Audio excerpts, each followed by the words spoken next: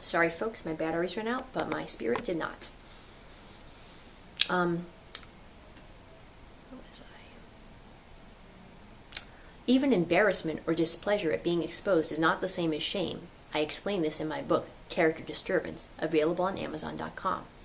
Shame is the I just couldn't live with myself kind of sentiment that keeps a person from deliberately doing the unthinkable. The most revealing sign of a decent character is the trouble they might have even imagining how someone could not experience the same shame or guilt that they themselves would experience doing certain things. But the inability to accept the fact that different personalities are very different from one another, especially on key dimensions and attributes of character, is the main reason good folks get taken in and ill-intended folks are emboldened and enabled in their dysfunctional styles. By the way, I too have a good deal of experience working within prisons. It's there that I learned the difference between upset upon exposure and genuine shame. And I came to some strong opinions about recent research on shame. All the research says that shame is bad, period. Teach folks only to feel bad about the acts they've done, meaning to have guilt, and never let them experience shame, meaning feel bad about who they are, because that's detrimental to their self-esteem. At least that's what the research says. But to a person, the few prisoners out of the hundreds I worked with who truly turned their lives around did so not because they felt badly about what they had done.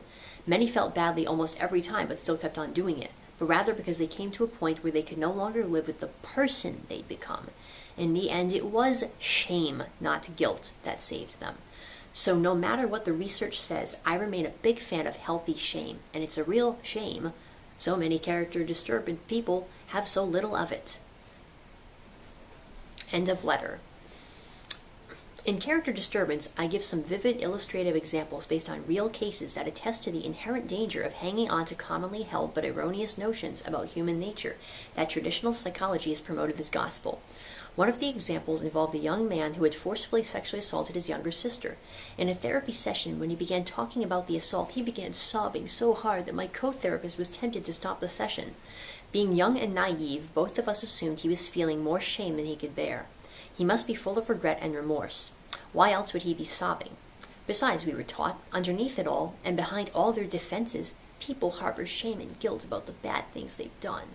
Give them a safe atmosphere to talk about it and give them reason to let their defenses down, and their underlying emotions will gush forth. We thought that's what we were witnessing, but did we ever turn out to be wrong? I don't think it's appropriate to provide the details that would illustrate the sad and perverse true reason for this person's tears. Even some who have read about the case in the book I have found, even some who have read about this case in the book have found it hard to believe. Suffice to say that when my fellow therapist and I recovered from our shock of learning the truth of what was behind the tears, we began to seriously question a lot of the assumptions under which we operated. Today I regard this and other tragic but similar circumstances as gifts that opened my eyes. Our preconceptions about human nature, most of which have been endorsed or promoted by traditional psychological schools of thought, are actually our worst enemies when it comes to understanding the disturbed characters among us. It's hard enough to get it in the first place when it comes to them, but it's even harder when we cling to notions that are for the most part correct when it comes to neurotics, but are way off base when it comes to understanding the character impaired. And the more serious the character disturbance is, the less the traditional rules apply. We get victimized